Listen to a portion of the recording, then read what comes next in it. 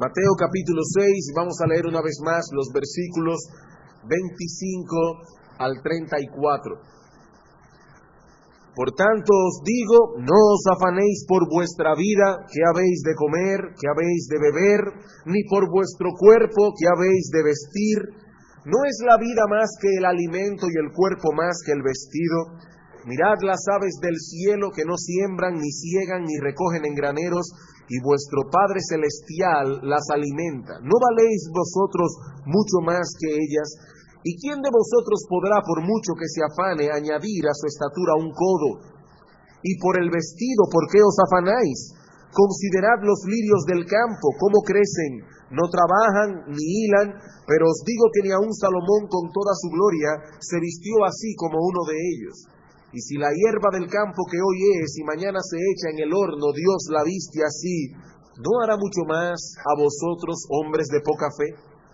No os afanéis pues diciendo qué comeremos, o qué beberemos, o qué vestiremos, porque los gentiles buscan todas estas cosas, pero vuestro Padre Celestial sabe que tenéis necesidad de todas estas cosas. Mas buscad primeramente el reino de Dios y su justicia, y todas estas cosas os serán añadidas. Así que no os afanéis por el día de mañana, porque el día de mañana traerá su afán. Basta a cada día su propio mal. ¿Existe alguna manera en que podemos enfrentarnos al afán y a la ansiedad?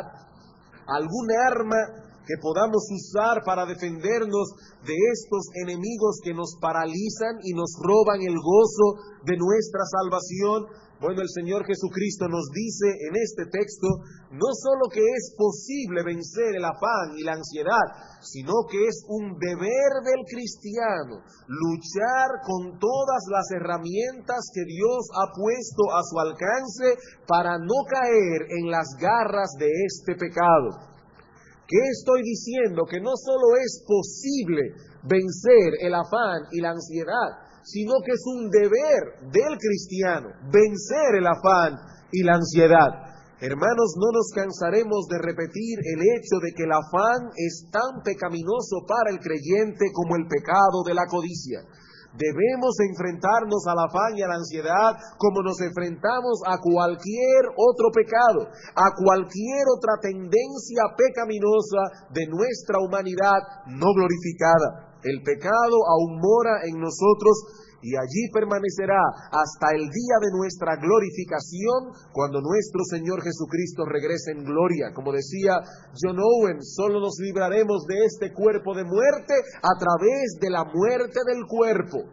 Cristo no nos ha prometido, hermanos, proveernos de una vacuna contra la ansiedad. Esa vacuna no existe, así como no se ha podido descubrir una vacuna contra el SIDA, así tampoco hay en la Escritura una vacuna contra la ansiedad.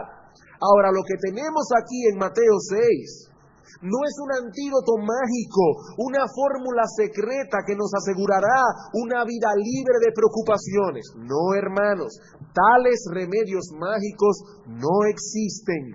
Lo que tenemos aquí son directrices que tendremos que emplear muchas veces a lo largo de nuestra vida terrenal.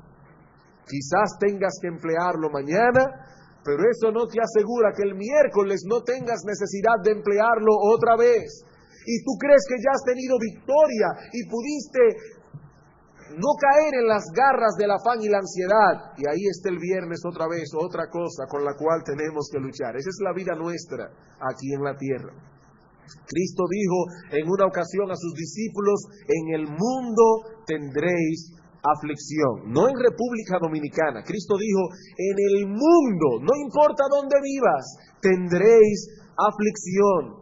Aún si te vas a un lugar en el que no se va la energía eléctrica, en el que no escasea el agua, en el que la inflación es mínima al año, aún así, hermano, en el mundo tendréis aflicción. Y cuando esas aflicciones no son manejadas en una forma correcta, el resultado será un corazón cargado de angustia y ansiedad.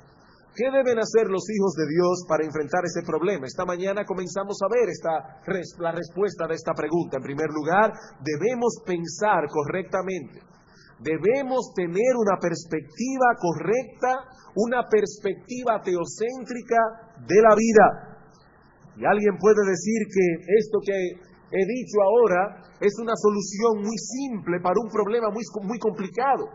Pero eso es lo que el Señor nos dice aquí que debemos hacer. Debemos enfrentarnos con el afán y la ansiedad pensando correctamente. Debemos detenernos a pensar. ¿Y qué es lo que debemos pensar?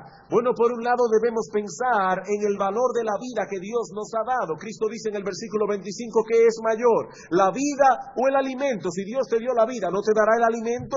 Debemos detenernos a pensar en el cuidado que Dios tiene de su creación. Él cuida las aves, Él viste a los lirios. ¿Y no hará mucho más por nosotros que hemos sido los recipientes de la obra de salvación que Cristo obró en la cruz del Calvario? Cristo quiere que nos detengamos a pensar en lo tonto y lo fútil que es el afán. ¿Quién podrá, por mucho que se afane, añadir a su estatura un codo? Cristo quiere que nos detengamos a pensar en el carácter y las capacidades de nuestro Dios. Los paganos buscan afanosamente la comida, la bebida, el vestido, pero nosotros tenemos un Padre en los cielos que se encarga de esas cosas. No vamos a ampliar esto que vimos esta mañana, pero debemos insistir en que la batalla contra el afán y la ansiedad se libra en nuestra mente. Ese es el terreno, hermanos, donde se libra esta terrible batalla, a veces día tras día, y no debemos permitir que nuestras almas comiencen a argumentar sin control.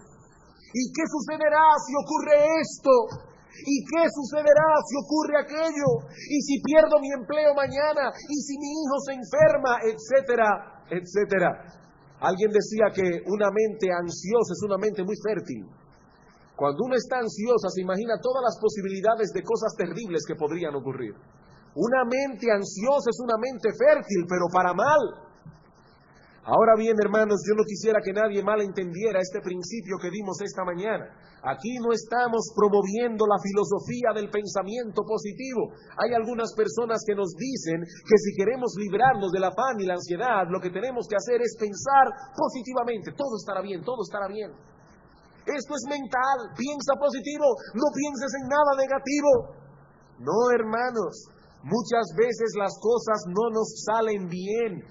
Y la solución que Dios ofrece no es la de tener una visión romántica, una visión escapista de la vida. Lo que el Señor nos enseña en nuestro texto es que debemos traer a nuestras mentes verdades de las Escrituras que nosotros conocemos, pero que en el momento de la aflicción tendemos a olvidar. Esas verdades deben ser traídas a consideración en una forma consciente y deliberada. Dios está en su trono, Él reina soberano sobre toda su creación, y si Él cuida de pájaros y flores, ¿cuánto más no cuidará de mí? En segundo lugar, decíamos esta mañana que debemos poner en orden nuestras prioridades. ¿Qué dice Cristo en el versículo 33? Buscad primeramente el reino de Dios y su justicia, y todas estas cosas serán añadidas.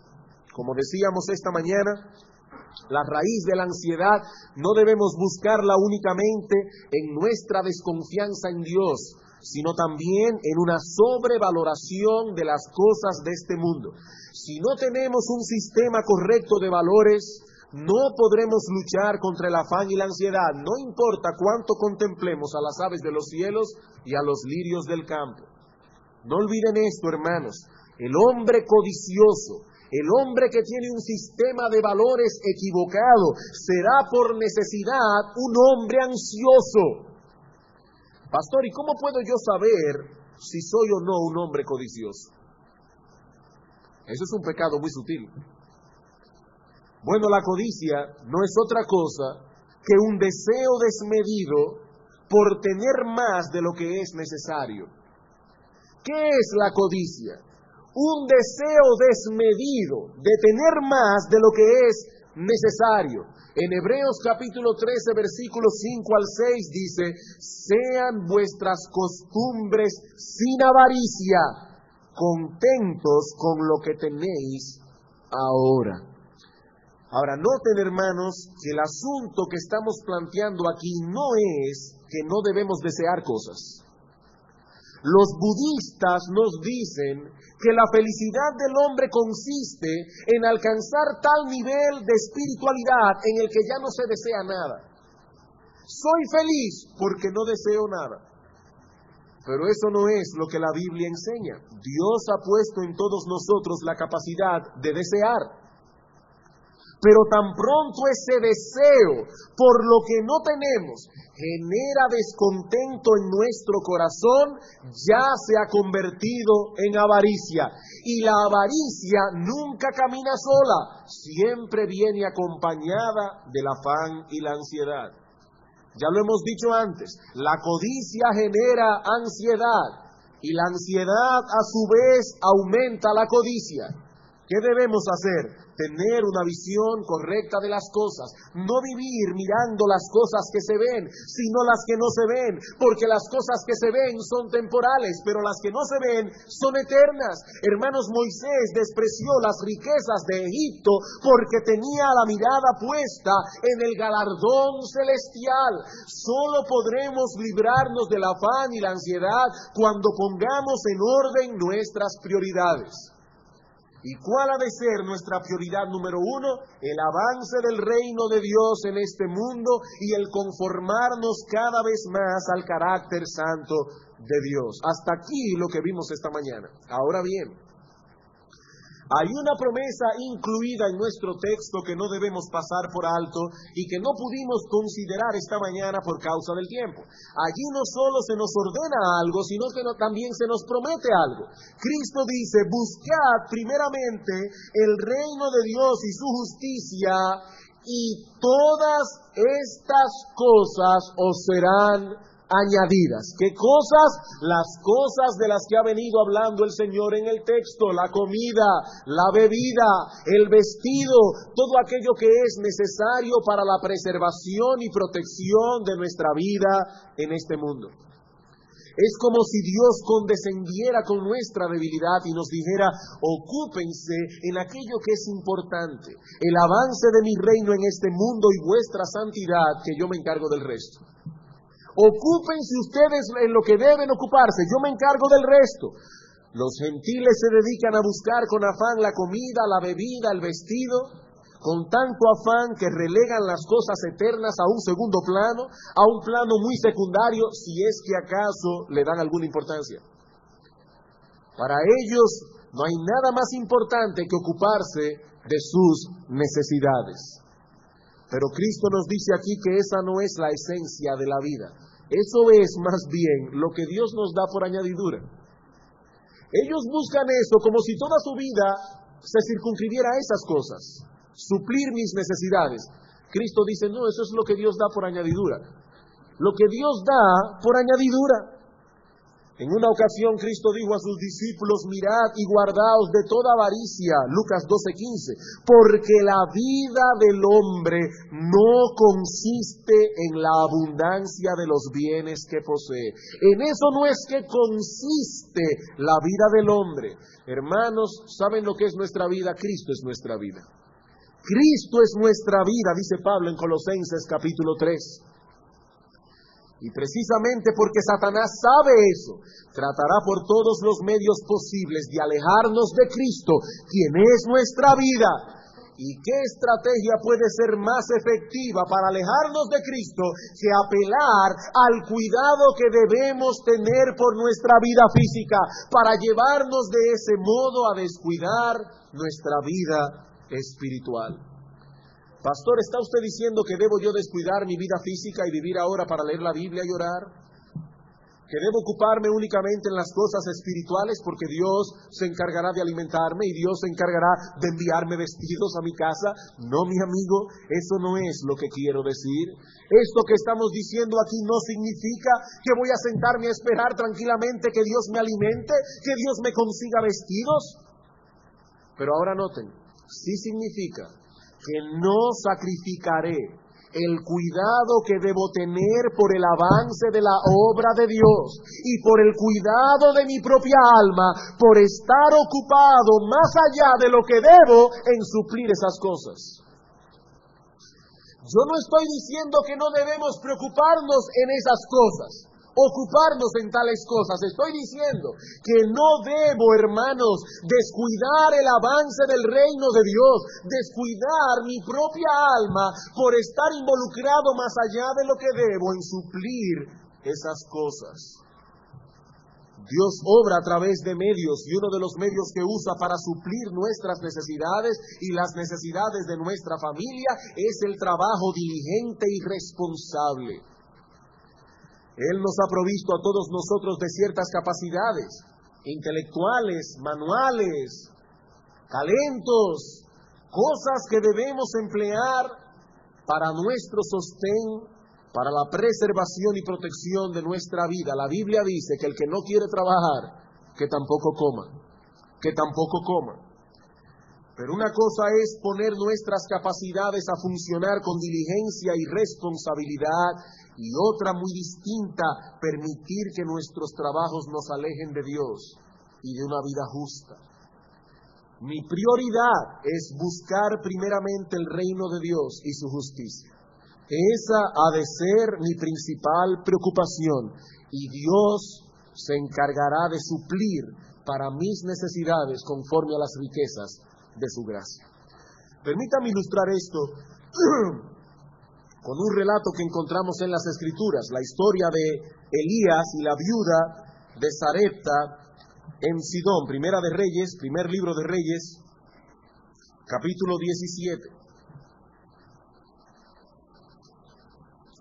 Primer libro de Reyes, capítulo 17, versículo 8.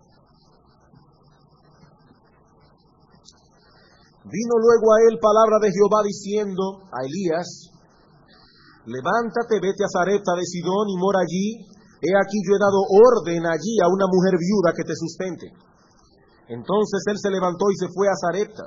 Y cuando llegó a la puerta de la ciudad, he aquí una mujer viuda que estaba allí recogiendo leña. Y él la llamó y le dijo: te ruego que me traigas un poco de agua en un vaso para que beba. Y yendo ella para traérsela, él la volvió a llamar y le dijo: te ruego que me traigas también un bocado de pan en tu mano. Y ella respondió: vive Jehová tu Dios, que no tengo pan cocido, solamente un puñado de harina tengo en la tinaja y un poco de aceite en una vasija, y ahora recogía 2 leños para entrar y prepararlo para mí y para mi hijo, para que lo comamos y nos dejemos morir. He aquí, hermanos, un cuadro patético, un cuadro desesperado. Había mucha hambre en la tierra por causa de una sequía que duró 3 años y medio, y esta viuda estaba a punto de cocinar su última ración de comida para dejarse morir ella y su hijo. Pero repentinamente llega este hombre, un profeta de Dios, y pide a esta mujer que le dé de comer. La mujer le explica cuál es su situación: esto es todo lo que tenemos, ya vamos a cocinar este bocado y encomendarnos a la misericordia de Dios. Acuérdese que en ese tiempo no había asistencia social, no había nada de esto. Esta pobre mujer viuda no tenía nada, literalmente, con que caerse muerta. Y ahora Elías, luego de oír su tétrica y patética situación, le pide algo que podríamos pensar que fue hasta cruel. Versículo 13.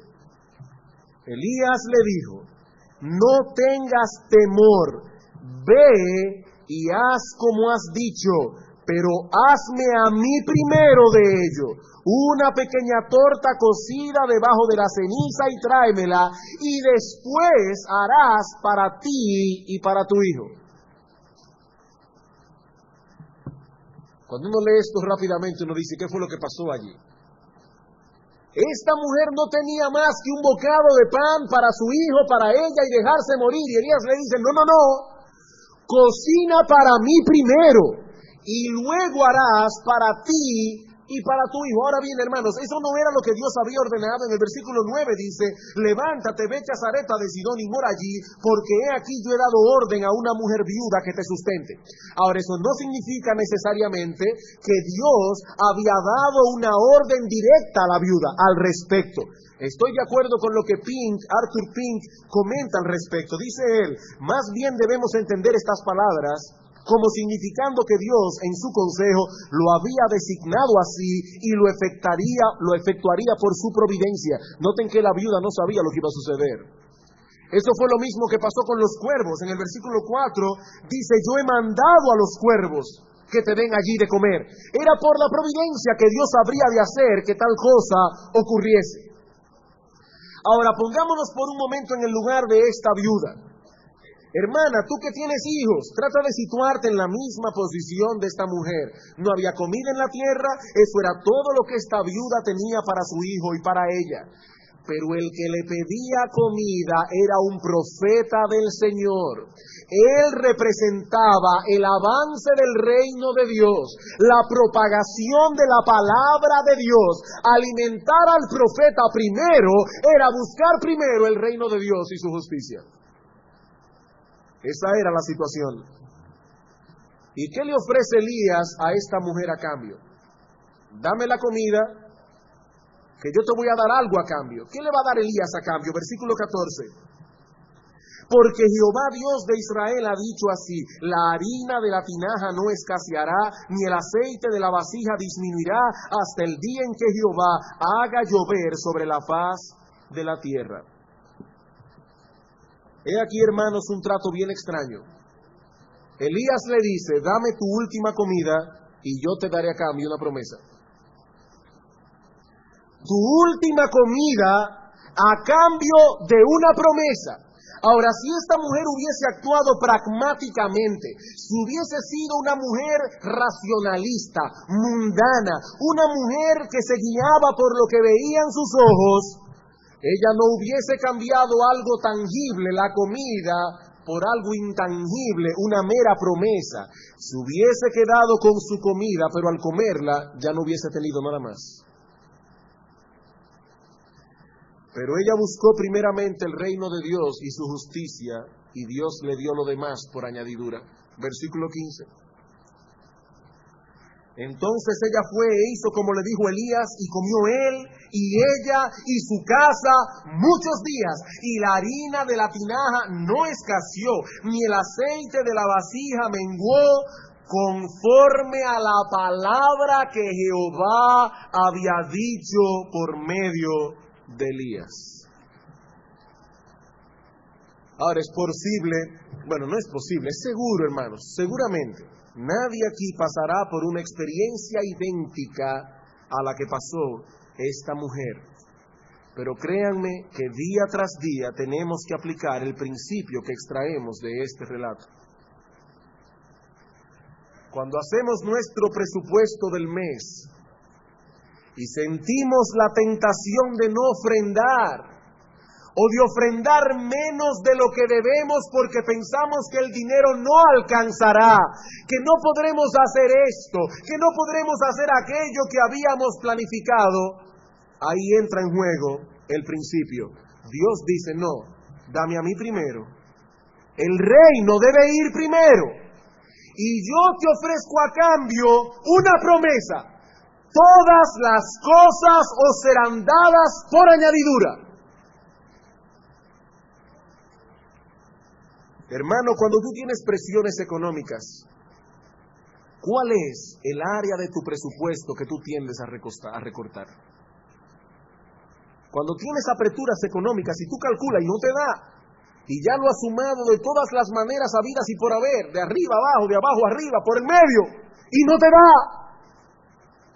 ¿Cuál es, hermano, el área de tu presupuesto que tiendes a recortar? Porque Dios dice, pon primero el reino de Dios y su justicia. ¿Y qué te doy yo a cambio? Una promesa. Todas las cosas serán dadas por añadidura. Una promesa. En los días del profeta Ageo, el pueblo de Israel descuidó la reconstrucción del templo. Todos decían, dice Ageo, no ha llegado aún el tiempo de que la casa de Jehová sea reedificada. Claro, no había llegado el tiempo porque dice el texto aquí que todos ellos estaban preocupados remodelando sus casas. No había tiempo para la reconstrucción del templo, no era el momento apropiado porque yo tengo que adquirir un carro nuevo, yo tengo que remodelar mi casa, yo tengo que hacer esto, yo tengo que hacer aquello. Escuchen ahora lo que Dios dice por medio de su profeta, versículo 3. Entonces vino palabra de Jehová por medio del profeta Ageo, diciendo: es para vosotros tiempo, para vosotros, de habitar en vuestras casas artesonadas, y esta casa está desierta. Pues así ha dicho Jehová de los ejércitos: meditad bien sobre vuestros caminos, sembráis mucho y recogéis poco, coméis y no os saciáis, bebéis y no quedáis satisfechos, os vestís y no os calentáis, y el que trabaja a jornal recibe su jornal en saco roto. Así ha dicho Jehová de los ejércitos: meditad sobre vuestros caminos, subid al monte, traed madera y reedificad la casa, y pondré en ella mi voluntad, y será glorificado, ha dicho Jehová. Buscáis mucho y halláis poco, y encerráis en casa, y yo lo disiparé en un soplo. ¿Por qué? Dice Jehová de los ejércitos: por cuanto mi casa está desierta, y cada uno de vosotros corre a su propia casa. Oigan esto, hermanos: por eso se detuvo de los cielos sobre vosotros la lluvia, y la tierra detuvo sus frutos, y llamé a la sequía sobre esta tierra, y sobre los montes, y sobre el trigo, y sobre el vino, sobre el aceite, sobre todo lo que la tierra produce, sobre los hombres y sobre las bestias, y sobre todo trabajo de vuestras manos. Aquí tenemos el mensaje de Mateo 6 a la inversa. Aquí tenemos el mensaje de Mateo 6:33, pero a la inversa. El pueblo se dedicó a buscar la añadidura y a descuidar el reino de Dios, y al final de cuentas tampoco obtuvieron lo que buscaban con tanto afán. No quisiera pasar al próximo punto sin hacer aquí una aclaración. Que nadie confunda esto que estamos diciendo con el mensaje predicado hoy día por el Evangelio de la prosperidad. Lo que la Biblia enseña no es que si obedecemos a Dios y vivimos para Él, seremos prosperados materialmente en nuestros negocios. No, hermanos. Muchas veces tendremos que pagar un precio muy alto por nuestra fidelidad a Dios, y eso significará en ocasiones problemas aún en el orden económico. No, Dios no promete riquezas. Él promete suplir para nuestras necesidades: comida, bebida, vestido. En algunos casos, Él decide soberanamente dar a algunos mucho más que lo necesario. Pero Él no ha prometido eso a todo creyente. Ahora, lo que nuestro texto sí enseña claramente es que la única manera en que podremos librarnos del afán y la ansiedad es poniendo en orden nuestras prioridades.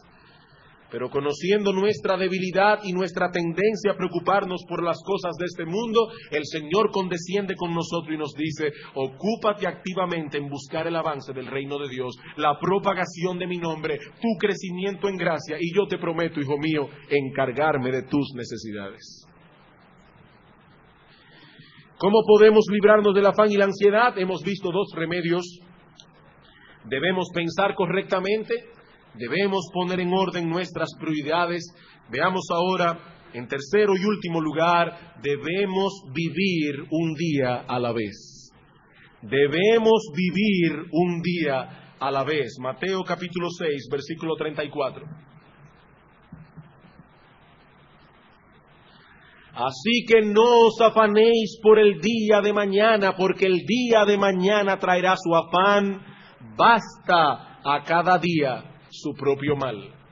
Podemos parafrasear estas palabras de este modo: el mañana traerá consigo sus propios afanes, por lo tanto, no te anticipes a ellos. Cada día tendrá problemas suficientes que tratar. No incrementes tu carga de hoy, preocupándote también por lo que tal vez ocurra mañana. Eso es básicamente lo que el Señor Jesucristo nos está diciendo aquí. En otras palabras, nos está diciendo que debemos vivir un día a la vez. Ahora, yo no sé si a ustedes les ocurre lo que a mí me ocurría cuando yo leí este texto. Cuando nosotros leemos este texto en su contexto, nos da la impresión de que el versículo 34 es una especie de anticlímax. ¿Y qué yo quiero decir con esto? Bueno, que al llegar al versículo 33, nos parece que estamos en la cumbre más alta de todo este pasaje. Buscad primeramente el reino de Dios y su justicia. Pensamos que ya no se dirá nada más, porque no hay nada más que decir. Pero entonces el Señor continúa su enseñanza y nos dice: no te afanes por el día de mañana. Sin embargo, cuando nos acercamos a considerar el texto con más cuidado, nos damos cuenta de que no se trata de un anticlímax, ni tampoco de una mera repetición o síntesis de lo que ha sido dicho antes. En los versículos anteriores el Señor nos ha dicho que no debemos afanarnos por las cosas necesarias para el sostén de nuestra vida, como la comida, la bebida, el vestido. Pero ahora el Señor llega más lejos y nos da una directriz mucho más amplia. El Señor nos dice que no debemos afanarnos por el futuro, por nada que se encuentre delante de nosotros en lo porvenir. ¿Y por qué el Señor añadió esta nota aquí? Porque el afán y la ansiedad son futuristas en esencia.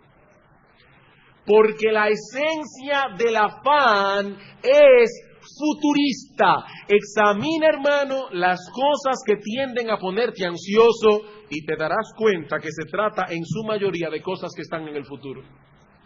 De cosas que están en el futuro. ¿Qué sucedería si pierdo mi empleo?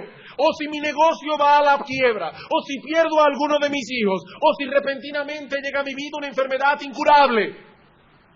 Todas estas cosas tienen un punto en común. Son posibilidades que podrían llegar a nosotros en el futuro. No lo olvides, el afán es esencialmente futurista.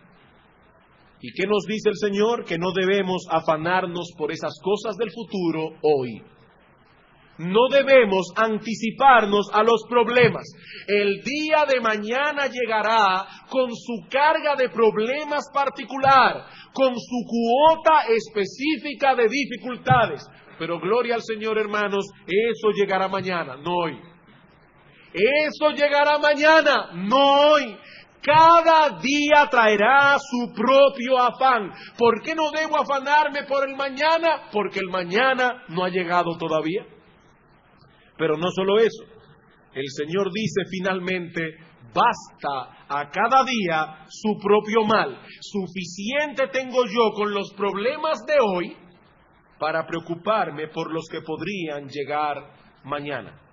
¿O será, hermano, que a ti te gusta preocuparte y que no te bastan los problemas de hoy y entonces deseas tomar por adelantado algunos problemitas de mañana? ¿Será eso? No te bastan los de hoy y tú quieres tomar un préstamo, quieres tomar por adelantado algunos problemitas del mes que viene, o del año que viene, o de cuando te retires de la vida de negocio. Hermanos, lo de hoy es suficiente para lidiar con eso hoy. No necesitamos nada más.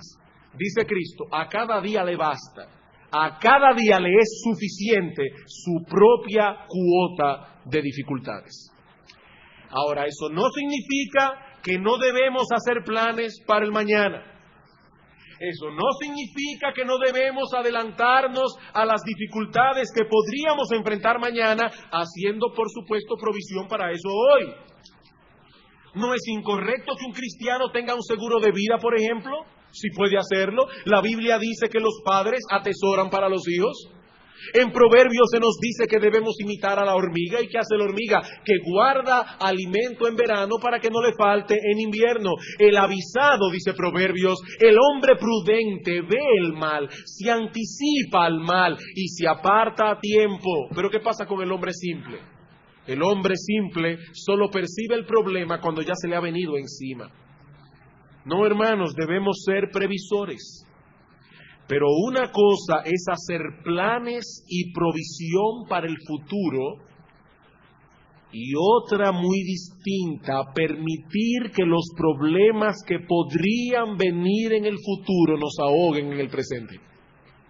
¿Pueden ver la diferencia? Hay una diferencia.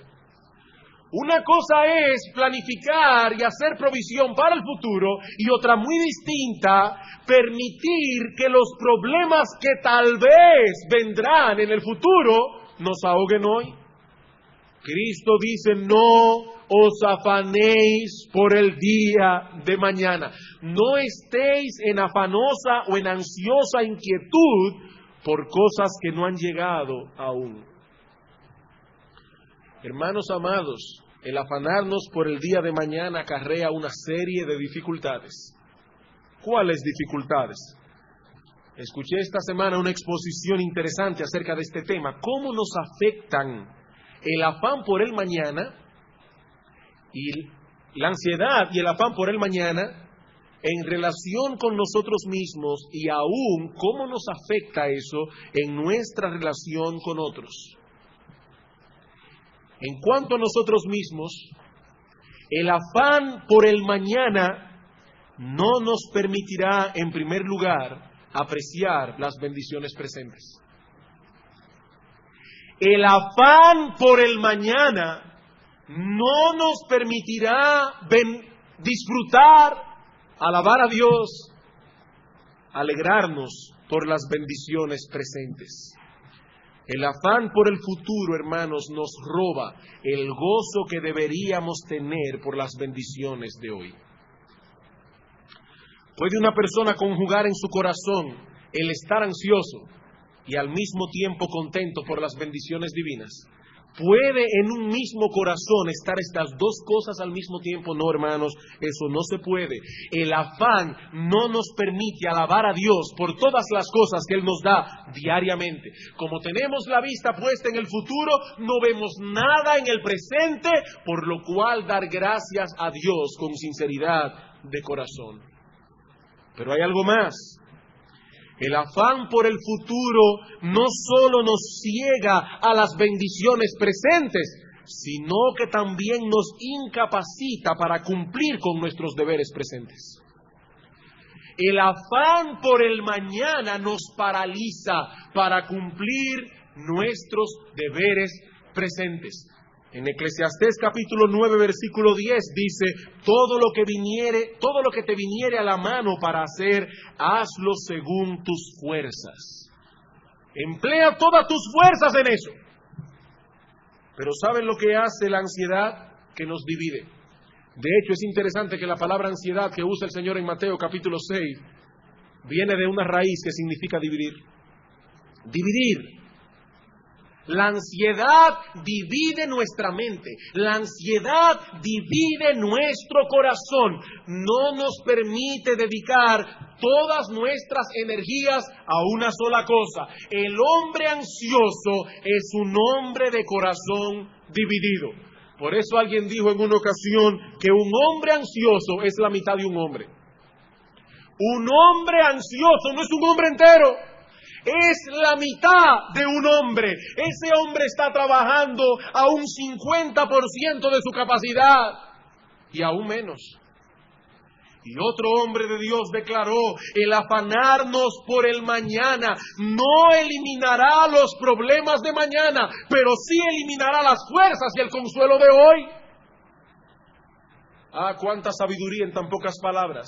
El afanarnos por el mañana no eliminará los problemas de mañana, pero sí eliminará el gozo y el consuelo de hoy. Pero todavía podemos añadir algo más. El afanarnos por el mañana nos incapacitará para enfrentar el mañana. El afanarnos por el mañana nos incapacitará para enfrentar el mañana. Hermano, las horas de sueño que pierdas hoy, anticipándote a los problemas de mañana, no te ayudarán en nada a enfrentar adecuadamente las situaciones que probablemente surgirán mañana. Basta cada día su propio mal. Pero como decíamos hace un momento, el afanarnos por el mañana no solo nos afecta en nuestra relación con nosotros mismos, sino que también nos afecta en relación con los demás. Y esto de dos maneras. En primer lugar, el estar afanados por el mañana nos llevará a ser insensibles a las necesidades de otros. Y en segundo lugar, eso nos obstaculizará para que podamos ser de bendición para otros. Cuando dejamos que el afán y la ansiedad se adueñen de nuestro corazón, ni siquiera notamos las señales de necesidad que los demás nos están dando. Estamos tan ocupados mirando dentro de nosotros mismos, preocupándonos por nuestro futuro, que nos volvemos insensibles a los perdidos que están a nuestro alrededor, necesitados desesperadamente que alguien les predique el Evangelio de Cristo. Pero hermanos, ¿qué efectividad podremos tener predicándole el Evangelio a los perdidos cuando ellos ven en nosotros las mismas frustraciones que ellos tienen? ¿Qué efectividad vamos a tener predicando el Evangelio si ellos nos ven a nosotros con las mismas frustraciones, las mismas angustias, las mismas ansiedades que ellos tienen por el futuro? Nos volvemos insensibles a esos hermanos en la iglesia que están necesitados de una palabra de aliento, de una palabra de estímulo o de nuestra involucración activa en suplir para alguna de sus necesidades materiales. Hermanos, la ansiedad nos convierte en seres egocéntricos, en personas egoístas, y no importa lo que suceda a nuestro alrededor, no nos involucraremos en ello, porque nuestra visión no llega más allá de nuestras narices. ¿Qué debemos hacer? Cristo nos dice aquí lo que debemos hacer. Hermanos, reconoce que cada día tiene su cuota particular de problemas. Reconoce que cada día tiene su cuota particular de problemas. Si te afanas hoy por el problema de mañana, al final te habrás afanado 2 veces. Al final te habrás afanado 2 veces. El que se afana por el mañana se afana doble.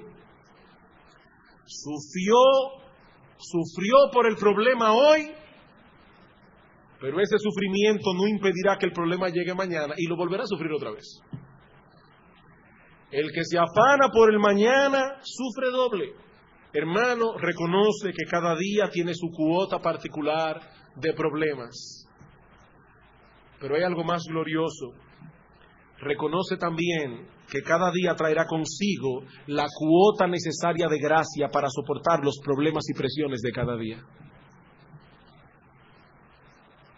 Dios no te dará hoy la gracia que necesitarás mañana, no, Él te la dará cuando la necesites.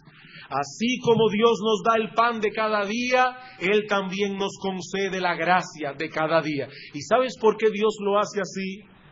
Bueno, Él tendrá muchas razones que yo no sé, pero probablemente una de esas razones es porque Dios desea que nos mantengamos cerca de Él día tras día, clamando cada mañana por su misericordia. Que dice el profeta Jeremías en Lamentaciones 3:23, que las misericordias del Señor, hermanos, son nuevas cada mañana, no cada semana, no cada mes. Cada mañana tenemos la porción de misericordia divina que necesitaremos para ese día. No te afanes entonces el lunes pensando si tendrás fuerzas para soportar lo que venga el jueves. No, hermano, cuando llegue el jueves, Dios estará ahí para suplirte lo que necesites el jueves. Algunos creyentes tienen una fuerte vocación de masoquistas. Les gusta sufrir. Es una cosa que va inherente a ellos. Y no les basta los problemas que ya tienen que enfrentar, sino que comienzan a imaginarse todas las probabilidades que podrían surgir en el día de mañana. Tal vez estuvieron leyendo el libro de los mártires de Fox y comienzan a pensar, ¿y si mañana viene una persecución? ¿Y si mañana me llevan a la hoguera por causa de Cristo? ¿Estaré yo dispuesto a ser quemado por causa del Señor? ¿Daré yo un testimonio fiel como esos hombres que aparecen registrados en esa obra? Hermano, Dios no te dará la capacidad para soportar una tortura que nunca llegará a tu vida. Ahora créeme una cosa, puedes estar seguro de que si llegara a esa situación, Dios será tu auxilio en esa tribulación. ¿Podré yo soportar la muerte de un ser querido? Cuando mañana muera mi padre, mi madre, cuando muera mi cónyuge, cuando muera uno de mis hijos. En los años que tengo en el ministerio, he visto muchas personas, débiles algunos de ellos, pasar por pruebas muy amargas. Y he visto cómo Dios les ha suplido la gracia necesaria. Pero se las ha suplido en el momento preciso, no antes. No antes. Hermano, ocúpate con todo tu corazón y todas tus fuerzas a resolver con la ayuda de Dios las dificultades de hoy y deja el futuro en las manos de Dios, porque créeme que están en las mejores manos que puede estar. ¿Cuáles son los remedios que encontramos en este pasaje de Mateo 6 para luchar contra el afán y la ansiedad? Bueno, en primer lugar, debemos pensar correctamente. En segundo lugar, debemos poner en orden nuestras prioridades. En tercer lugar, debemos vivir un día a la vez. Pero no quisiera concluir sin dirigir unas palabras muy breves a las personas que están aquí sin Cristo. Mi amigo, esto de vivir un día a la vez y de no preocuparnos por el día de mañana tiene una excepción. Tiene una excepción.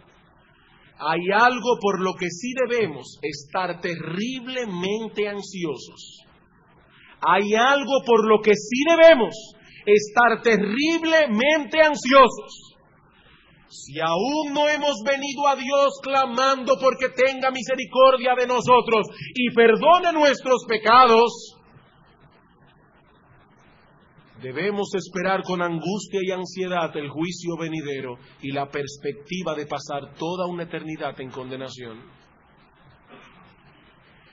La Biblia dice, prepárate para encontrarte con tu Dios. Mi amigo, algún día tendrás que dar cuenta delante del augusto tribunal del Dios Todopoderoso que creó los cielos y la tierra, y en ese momento solo una cosa podrá librarte de la sentencia de tu culpabilidad, no tus méritos personales, sino la justicia perfecta de nuestro bendito Señor y Salvador Jesucristo, la cual nos es traspasada por medio de la fe. Prepárate para encontrarte con tu Dios. Y sabes que en el día del juicio final muchas personas no estarán preparadas en aquel día. Y no porque eran ladrones, no porque eran adúlteros, no, simplemente se dedicaron de tal modo a sus propios asuntos que nunca se detuvieron a pensar seriamente en la condición en que se encontraban delante de Dios. Y aunque escucharon en ocasiones el Evangelio de Cristo y hasta se sintieron movidos por la predicación, los afanes de esta vida, las ocupaciones de la vida, impidieron que esa palabra fructificara. En Marcos capítulo 4, versículo 18, hablando de la parábola del sembrador, dice, estos son los que fueron sembrados entre espinos, los que oyen la palabra, pero los afanes de este siglo y el engaño de las riquezas y las codicias de otras cosas entran y ahogan la palabra y se hace infructuosa. Mi amigo, cuando entendemos que estamos al borde de dos eternidades, cuando entendemos eso, las cosas importantes de la vida dejan de ser tan importantes. Mi amigo, huye de la ira venidera, porque todavía las puertas de la ciudad de refugio están abiertas para ti. Cristo sigue salvando pecadores, su brazo no se ha acortado para salvar, y mi amigo, Él ha prometido no echar fuera a nadie que acuda a Él clamando por misericordia. Mi amigo, Cristo es y seguirá siendo un poderoso Salvador. Vamos a orar.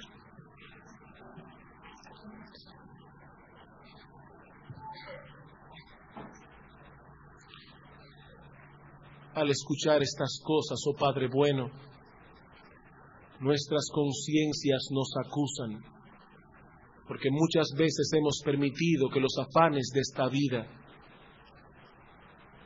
nos alejen de ti. Oh Padre bueno que estás en los cielos, mira tu iglesia aquí en esta noche. Padre, enséñanos, como hijos tuyos que somos, enséñanos a pensar correctamente. Padre, ayúdanos a poner en orden nuestras prioridades. Ayúdanos, oh Padre bueno, a vivir un día a la vez. Pero mira, oh Padre bendito, aquellos que están en medio nuestro en esta noche, que si sus corazones dejaran de latir en este momento, irían a una condenación eterna. Oh Dios bendito, ten misericordia de los pecadores. Oh Padre bueno, danos el gozo de ver a algunos hoy venir al arrepentimiento. Padre, demuestra en una forma clara y tangible que el brazo de Cristo no se ha acortado para salvar, que Él sigue siendo un poderoso Salvador. Alabamos tu santo y bendito nombre en esta noche. Gracias, oh Dios, por consolar nuestras almas con textos de tu palabra como los que hemos estudiado en este día. En Cristo Jesús nuestro bendito Señor. Amén.